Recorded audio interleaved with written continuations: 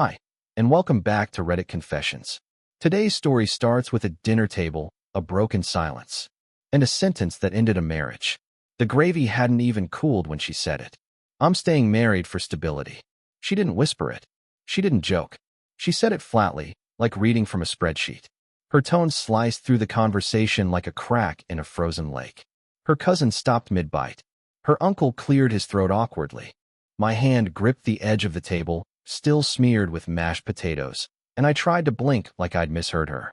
But I hadn't. The silence was a vacuum, one no one dared to fill. So I did. I stood up slowly. My knees were shaking, but I kept my voice level. Stability ends right now. And then I walked out. No plate thrown. No yelling. Just the truth laid out like cold meat on the table. She didn't follow me, but her phone did. It buzzed in my coat pocket. Hers had fallen into it earlier, or maybe she'd slid it there on purpose. One message lit up the screen. From someone named Trey. A name I didn't recognize. You still want me to book the hotel for Sunday night or too risky? That's how I found out. That's how it all snapped into place. The weird energy, the makeup she'd only wear when I wasn't with her, the sudden spin class schedules that didn't show up on our shared calendar, the way she started locking the bathroom door at home after 17 years of not caring. And now, at a family dinner, she had the audacity to say it aloud, that I was a financial life raft, a convenience. I drove home in silence, with her phone vibrating like a heartbeat in the seat beside me. By the time I pulled into the driveway, I'd seen enough messages to know this wasn't new.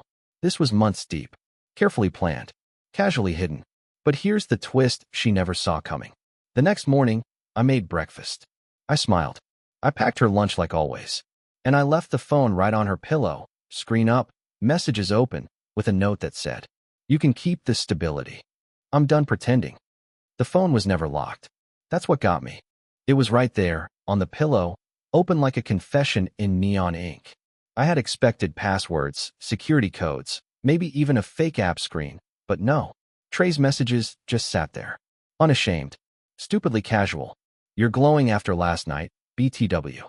Tell your husband the retreat got extended. Sunday night is booked. Can't wait to have you all to myself again." There were photos, too.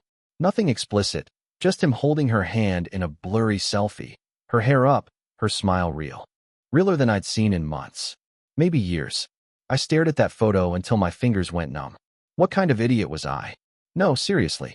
Who gets cheated on and still makes their cheating wife breakfast the next morning? Scrambled eggs. 2 slices of rye toast. No butter. She always said butter made her feel bloated. I knew these stupid details, held them like treasures. I was careful, loyal, predictable. Exactly the kind of man she could use as her stability.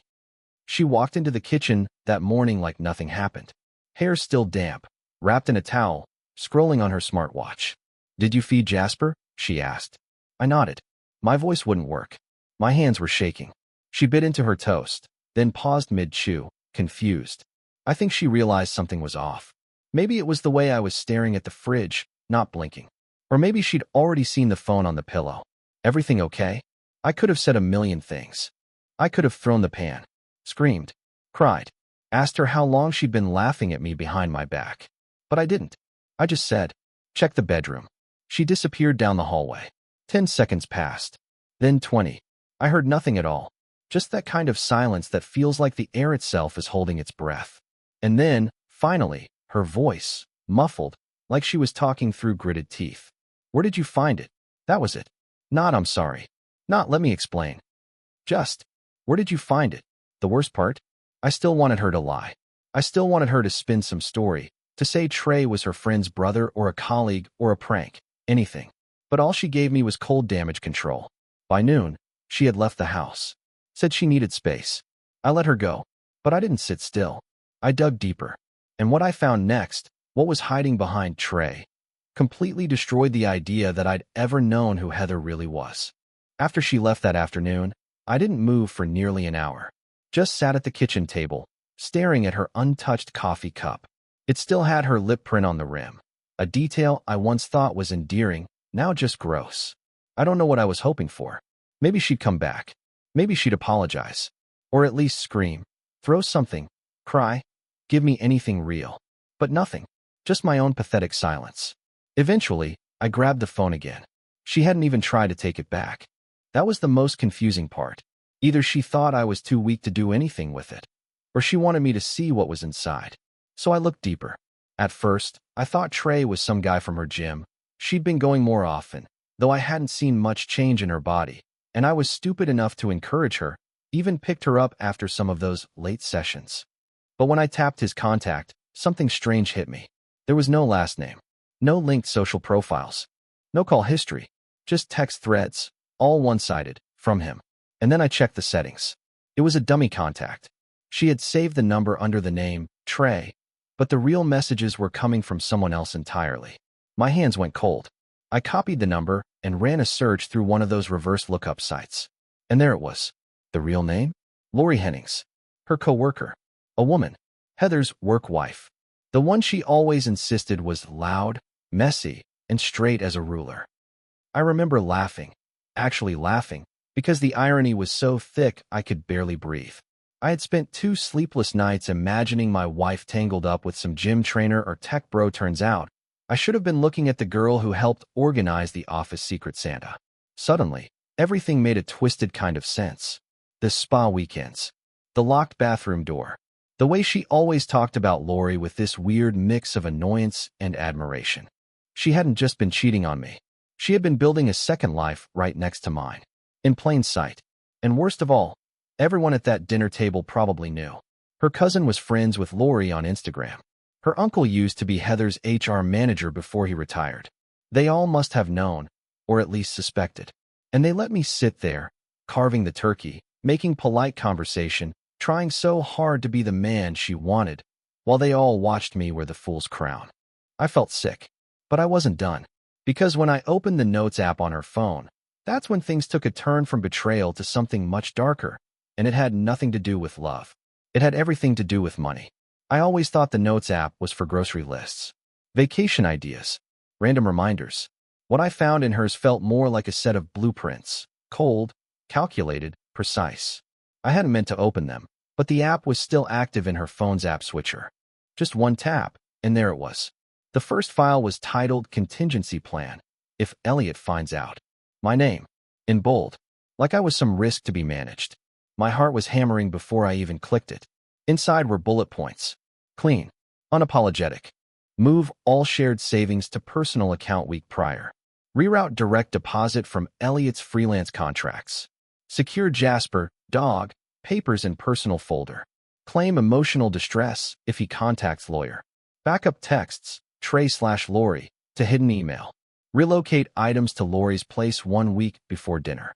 That dinner wasn't just a slip of the tongue. It was a launch pad. She had picked that night on purpose. Everyone there was hers.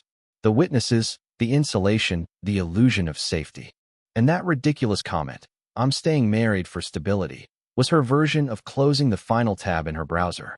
She didn't think I'd stand up. She expected me to nod, pour more wine, and keep pretending. But I didn't. And now, I was reading her damn playbook. The second note was even worse. It was titled, Post-Divorce Budget, W/Estimated Alimony.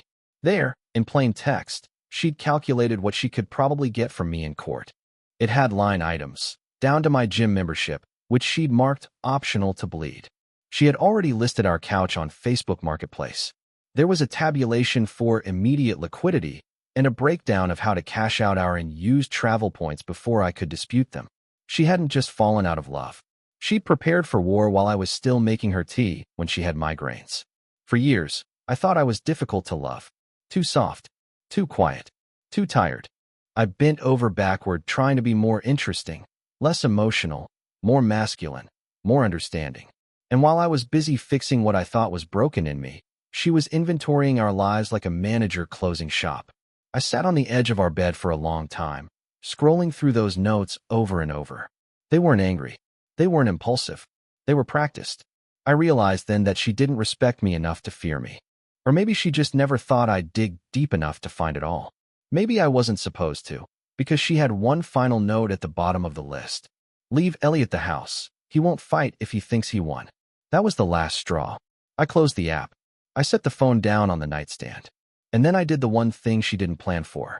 I picked up the landline and called my stepsister. Because there's one person in this world who knows how Heather thinks, and who once swore to me she'd never let her get away with this again. My stepsister, Margot, picked up on the second ring. I hadn't spoken to her in months, not because of anything personal, but because Heather never liked her.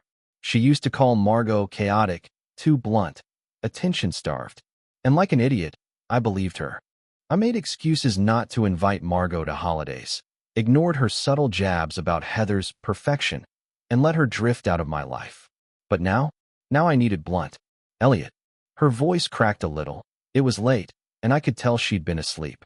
I need to talk, I said, and something in my voice must have told her this wasn't a casual check-in. There was a pause, then a rustle of sheets. Is it Heather? That's when I broke. My throat clenched, and I choked out something that didn't even sound like words. I hadn't cried yet, not really, but this wasn't sobbing. It was that messy, breathless kind of unraveling that happens when the shock finally wears off. I told her everything. The dinner, the Trey texts, the notes app, the financial plans, and the fact that Heather had already staged the perfect exit, one where I was too passive to resist, too confused to retaliate. Margot didn't interrupt. She listened. All of it. Then, quietly, she said, I tried to tell you, didn't I? And she had. Years ago, back when Heather and I first got married, Margot warned me. She said Heather wasn't who she pretended to be, that she adjusted herself depending on who she was around, that she'd dumped two friends over one disagreement and ghosted a roommate after borrowing money. But I brushed it off. I said she was growing. I said she was strong. I called it ambition. Margot laughed bitterly through the phone. Elliot, you were her safety net, her backup generator. She was never going to build anything with you. She was just making sure she never had to sit in the dark. I sat in silence. Then Margot added something that made my stomach drop. She called me 6 months ago. Wanted to know how hard it was to transfer inheritance assets if you're still married. Said it was for a friend. I didn't buy it. That was when everything clicked into place. My mother had passed the year before, and I had just started receiving structured inheritance payments. Not a fortune, but enough to draw attention. Heather had been oddly helpful during that time, handling paperwork, encouraging me to keep the funds in our joint account for simplicity. She'd been planning this even back then. And worse, she'd involved my stepsister, just to probe for loopholes. It was never just about cheating. This was a long con. I felt stupid, betrayed, exhausted, but also awake. For the first time in years. I want out, I told Margot. But I want her to know I saw it all. Every part of it. There was a pause. Then she said, then you'll need help. And I know exactly who you should talk to. That night, Margot connected me with a friend of hers, a financial investigator who used to work in private recovery. She told me to gather everything. Account numbers, screenshots, backup files, tax documents. Not to confront Heather, not yet, but to document. And as I started pulling together the paper trail of my own life, I found one document Heather must have forgotten to delete. One that proves this wasn't just about her walking away. It was about her trying to erase me first. I didn't even know the file existed until I accidentally clicked on the wrong folder while exporting joint tax documents. Buried 3 levels deep inside a cloud drive I barely remembered sharing with her was a PDF titled Revision Draft. It was dated 2 months ago. I opened it, expecting maybe some kind of updated will template, maybe even a vacation plan she'd put together for the trip she never took me on. But it wasn't that. Not even close. It was a draft statement of separation, and not the legal kind. This was emotional warfare dressed in Times New Roman. Page 1 was a timeline. Bullet points. 2016. Elliot began withdrawing emotionally. 2017. Intimacy issues began. Possible depression. 2018. Financial missteps and disinterest in growth. 2019. Elliot refuses couples therapy. 2020 to 2022. Heather forced to carry emotional load. I stared at it, stunned. None of this was true. I didn't refuse therapy. She laughed at the idea when I first brought it up. I didn't mismanage money. She pushed us into buying that second car lease we didn't need. An emotional withdrawal? That year, I planned our anniversary trip and handwrote her birthday card. I still had the receipt for the dumb hot air balloon ride she begged for. She was rewriting our marriage like it was a novel with a disappointing protagonist, and I was the lazy, ungrateful supporting character in her redemption arc. There were even quotes. She had faked quotes from me. I don't know how to love you anymore. You should be grateful I haven't left yet. This is just what life is. Deal with it. I have never said those things. Ever. But reading them, printed and neatly spaced beneath her annotations, made me physically recoil. Because I could tell she'd been preparing this file to show to someone. Maybe an attorney. Maybe her parents. Maybe even to justify her exit. Not just financially, but publicly. She wasn't just trying to leave me. She was trying to make sure no one felt bad for me when she did. That was when I stopped looking at her as just a cheater. This wasn't infidelity. This was character assassination preloaded for deployment. I sat on the floor of my office, laptop open, the documents still glowing in front of me. My chest was tight. My hands were trembling. And I had one thought, louder than all the others. How many people has she already told this version to? Margot called while I was still staring at the screen. She asked if I'd found anything useful. Yeah, I said quietly. She's building a story where I'm the villain. Margot didn't even hesitate. Then we burn her script. We write the truth, and we document every word. We spent the next 2 hours creating a backup folder. I uploaded copies of messages, transaction histories, photo metadata, screenshots of her notes, and, most importantly, the full draft of her separation story. We timestamped everything. We watermarked every file. By the end of the night, I was still shaking. But it wasn't just grief anymore. It was anger. Controlled, focused anger. The kind you get when you realize someone didn't just fall out of love with you. They planned your public burial while you were still setting the dinner table. And yet, just when I thought I had seen everything, just when I thought her betrayal couldn't get any colder, I received an unexpected email the next morning. Subject line: let's talk about Heather. From a name I hadn't heard in nearly a decade. Her ex-husband. I almost deleted the email. I thought it was spam, or maybe some scam using Heather's name as bait. But there it was, sitting in my inbox with the subject line: let's talk about Heather, sent from a name I hadn't seen or heard in almost 10 years, Griffin Weller. I had heard the name exactly once, back when Heather and I had just started dating. She'd told me, casually over coffee, that she'd been briefly married in her early 20s. She brushed it off like a college mistake. It was messy. He wasn't right for me. We both moved on. I didn't press. At the time, I was so enamored with her confidence and intelligence that her past felt like ancient history. I had no reason to dig, no reason to doubt her. Until now. My fingers hovered over the trackpad. I clicked. Hi, Elliot.